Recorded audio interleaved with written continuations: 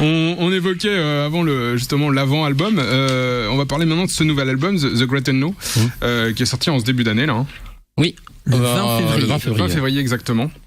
Comment s'est déroulée l'écriture de ce nouvel opus et de ce premier album? Nous, on travaille pas mal à l'ancienne entre guillemets, c'est-à-dire que on se voit encore toutes les semaines, tout le groupe, pour jammer et tout ça. Alors, je pense qu'on va changer un peu. Là, jusque-là, on se voyait encore toutes les semaines pour jammer, répéter les morceaux, trouver des idées. Voilà, en fait, en gros, l'album, c'est les idées viennent soit de Jeff, soit de moi, les idées de départ. D'accord. De compos. Après, on les fait tourner ensemble.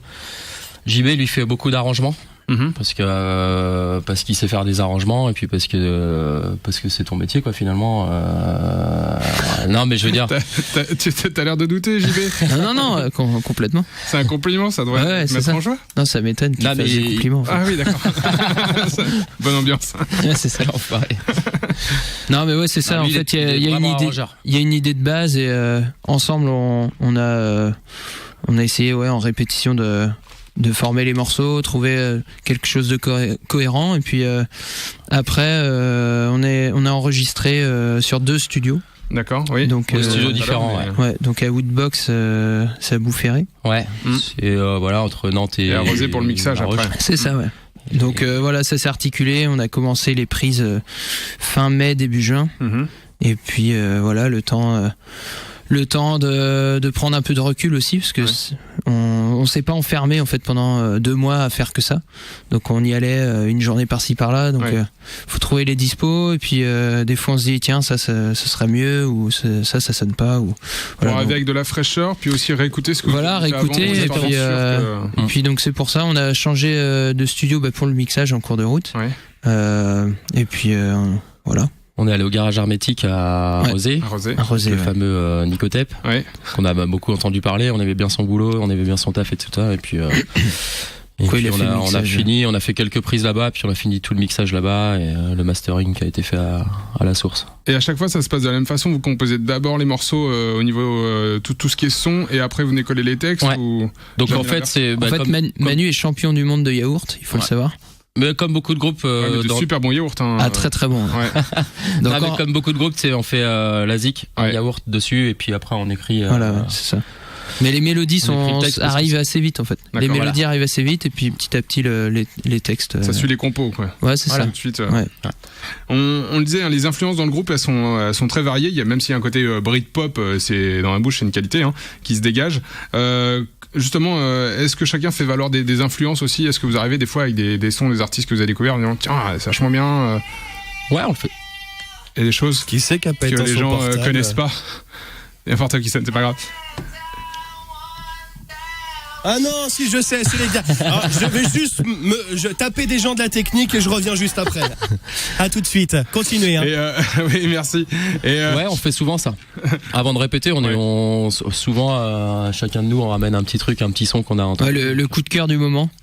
Et suivant la personne du groupe, ça n'a rien à voir. Différent, Donc ça peut être du trash métal, ça peut être un petit CD de jazz, chanson française, il y a vraiment de tout quoi. Oui, les influences sont très variées. JB lui il vient vraiment du jazz, il a fait le conservatoire de jazz, il fait de la cappella beaucoup, de la cappella jazz. Ouais, c'est un peu ma cam. Toi, ta vraie cam c'est le jazz et puis la musique classique. Ouais, pas pop, trop la musique classique. Un peu moins maintenant peut-être. Mais je viens de là. En pop ça va être les Beatles, tu vois, le truc qui rassemble tout le monde ça va être les Beatles parce que c'est le groupe de pop, ou Michael Jackson, tu vois, parce que c'est le king of pop. Comme on dit. Qui est moins anglais du coup, qui est moins dans la Britpop. Qui est moins dans la Britpop, mais je veux dire s'il y a des trucs à rassembler, ou Radiohead, enfin tu vois des gros. Et justement, tu le disais pour l'enregistrement. Donc ça s'est fait avec Jeff Ferrand dans les studios Woodbox à Boufféré. Comment vous l'avez connu, Jeff? C'est sur des projets aussi? Vous en aviez entendu parler avec d'autres musiciens? Il nous avait contacté, je crois, et il était venu nous voir d'ailleurs à Nantes. On faisait une date au mois de mai dernier, donc ça s'est fait assez vite. Il est venu nous voir, il a dit j'aimerais bien vous enregistrer, venez passer au studio. Donc voilà, on a vu son matos, il nous a fait écouter un peu ce qu'il faisait. On a parlé tarifs aussi, ce qui est assez important. Et voilà, ça s'est fait assez vite en fait. Et tu l'évoquais justement pour parler tarifs. Vous avez fait appel à un crowdfunding via KissKissBankBank. Ouais, c'est ça. Donc qui a été financé assez vite, qui a même dépassé un peu, je crois, le budget que vous aviez fixé. Ça vous a permis soit d'aller plus vite, soit de faire aussi des choses que vous aviez pas envisagées, en essayant au début d'avoir peut-être un budget serré, puis après Non, ça nous a vraiment permis ça coûte hyper cher de faire un album. C'est non mais un truc de fou. C'est vrai on le dit souvent parce que chaque semaine on reçoit des groupes et on se rend compte que c'est quelque chose de très fréquent pour pas dire d'habituel. Mais effectivement tous les jeunes groupes font appel à des crowdfunding. T'es obligé quand t'es indépendant. Nous on n'a pas de label, on n'a pas de tourneur, on a que dalle. En plus on vit en Vendée, tu vois. Donc nous c'est. Il y a à peine internet là-bas, tu vois. Donc il y a à peine la 3G, tu vois. C'est une performance alors. Bah ouais, non mais nous pour s'en sortir, fallait absolument qu'on fasse appel aux dons. Et cette relation... Non mais c'est vrai que, enfin, en plus l'idée est, moi je trouve ça vraiment bien parce que ça permet de voir si notre projet intéresse du monde. À quelle hauteur les gens, parce qu'en fait on propose par exemple pour 1 euro il y a en gros merci bonsoir, pour 5 euros il y a le téléchargement, enfin je dis n'importe quoi, je sais plus les chiffres, mais voilà, 150 euros c'était un petit concert, voilà. Donc chacun met un peu ce qu'il veut et nous ça a vraiment permis un coup de pouce quoi. Et puis les gens aussi, il y a eu un petit échange, on leur a envoyé des mails, donc voilà, il y a une relation particulière sur les concerts. Il y a des gens qui viennent vous voir en disant tiens j'avais participé à l'album. En fait il y avait déjà pas mal de gens qui avaient misé je crois que c'était 50 euros et ils venaient une journée au studio avec nous à la fin pour écouter le produit fini avant tout le monde. Après c'est pas toute la France qui attendait notre album, hein. Les gens ils s'en foutent. Ils sont 15. Mais je veux dire, ces gens-là qui avaient financé, ils sont venus au studio. Déjà venir dans un studio, enfin moi si j'étais pas musicien, je pense que c'est un truc ça me plairait, tu vois. Ils étaient contents quoi, Nicolas Moreau, il leur a fait visiter le studio, il leur a expliqué comment ça marchait. C'était une belle journée quoi. Et après on a écouté l'album en buvant le champagne, c'était sympa. Et ceux qui avaient misé 150 euros, on a joué chez eux. Là tu viens de convaincre beaucoup plus de monde pour le deuxième album. Maintenant que tout le monde sait qu'il y a du champagne, donc champagne pour tout le monde si vous mettez 400 euros. Voilà, c'est ça. Ceux qui avaient mis 150 euros, on jouait chez eux dans leur salon. Et il y en a 4 ou 5, on a fait des concerts dans le salon. Il y a 4 ou 5 concerts comme ça à domicile.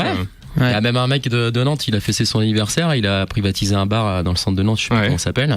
On a fait un concert quoi, c'était top. Et là aussi la relation elle est différente parce que c'est quelqu'un qui suit, qui s'investit aussi, pas que financièrement, mais qui va vous suivre avec plus d'attention qu'un fan, on va dire. Voilà, c'est un mec comme lui, c'est un mec qui nous suit vraiment, qui va venir au concert, qui va nous aider financièrement, c'est sûr. Et tu le disais après pour le mixage, le garage hermétique, du coup à Rosé, là aussi c'est le réseau qui fait qu'on en avait entendu parler on connaît pas mal de groupes qui sont passés par lui.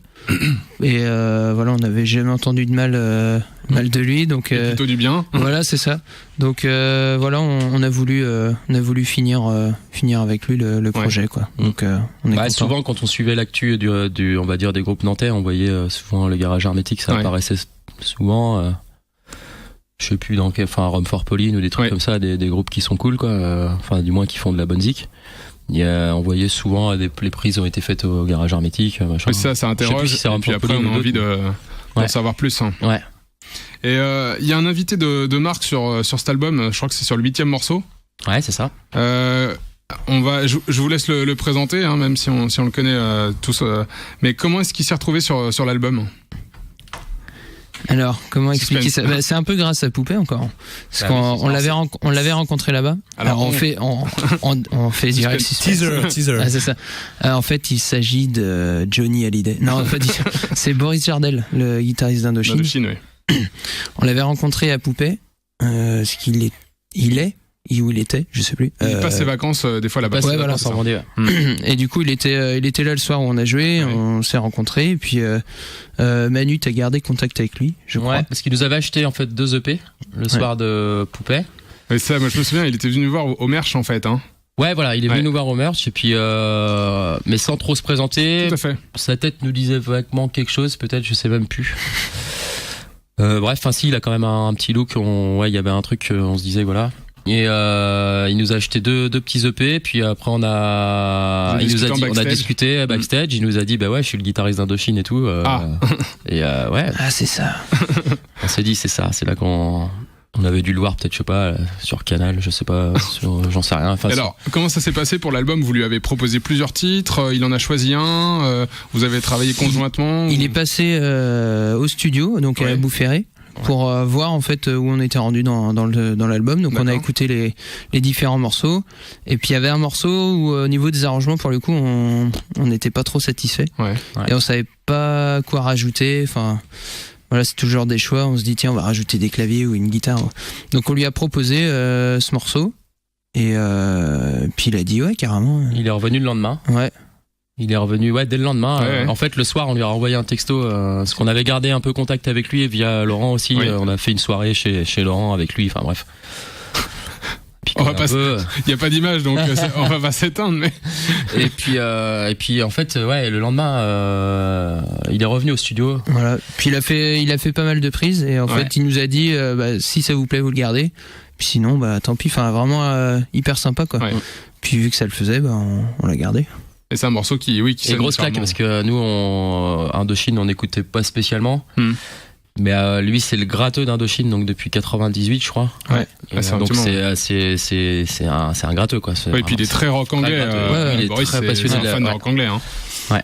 Alors, donc cette rencontre, il y en a eu d'autres aussi autour de l'album, comme ça, d'autres personnes qui sont venues et je te laisse en parler. Justement, vous avez changé de batteur, donc maintenant c'est Baptiste Brondy qui vous accompagne. Tu le disais, vous vous connaissiez avant en fait, hein. Mais Baptiste était sur un autre projet, et puis vous aviez aussi un autre batteur. En fait, moi j'ai joué avec Baptiste, ça remonte à je sais plus 2007, 2008, je sais plus, avec Samuel B. Donc c'était chanson française, folk un peu. Donc Baptiste était percussion, batterie. Et depuis il a évolué vers d'autres sphères, d'autres groupes. Mais on a toujours gardé contact. Mais on n'avait jamais rejoué. Enfin, il a fait un remplacement. Il a remplacé Jérém. D'accord. Il a fait un remplacement sur une date il y a 2 ans. Ouais, 2 ans. Ouais. Parce qu'on a toujours gardé contact et tout ça. Et puis lui, après, il a pris son envol parce que là, il arrive de la tournée. Il finit la tournée de Jean-Louis Aubert. Donc il continue sur les grosses tournées. Hein. Ouais. Il acquiesce, hein. Il a commencé la tournée de Jean-Louis qui a commencé, je sais plus. Il y a eu les promos en avril. Voilà, 2014. On est à partir de septembre. D'accord. Ouais. Bon. Et donc en fait, il se trouve qu'il est venu voir notre le concert de sortie. On a fait une release party pour la sortie de l'album, et bonne surprise, Baptiste était là, et puis. Et vous avez dit ce qu'il en pensait. Il nous a dit un peu ce qu'il en pensait, et puis on a discuté, il nous a retéléphoné, et puis de fil en aiguille, lui la tournée Aubert est finie. Donc il avait du temps. Il a un peu plus de temps, même si tu continues à jouer avec Rivière Noire, enfin avec plein d'autres projets. Bon justement, on va pouvoir les dates qu'on avait bookées cette année, il pouvait les faire. Donc ça tombait bien. On a pas mal réfléchi, et voilà. C'est la suite. C'est la suite du groupe, quoi. Ouais. Bon, on va vous écouter pour un deuxième titre. On vous laisse vous mettre en place.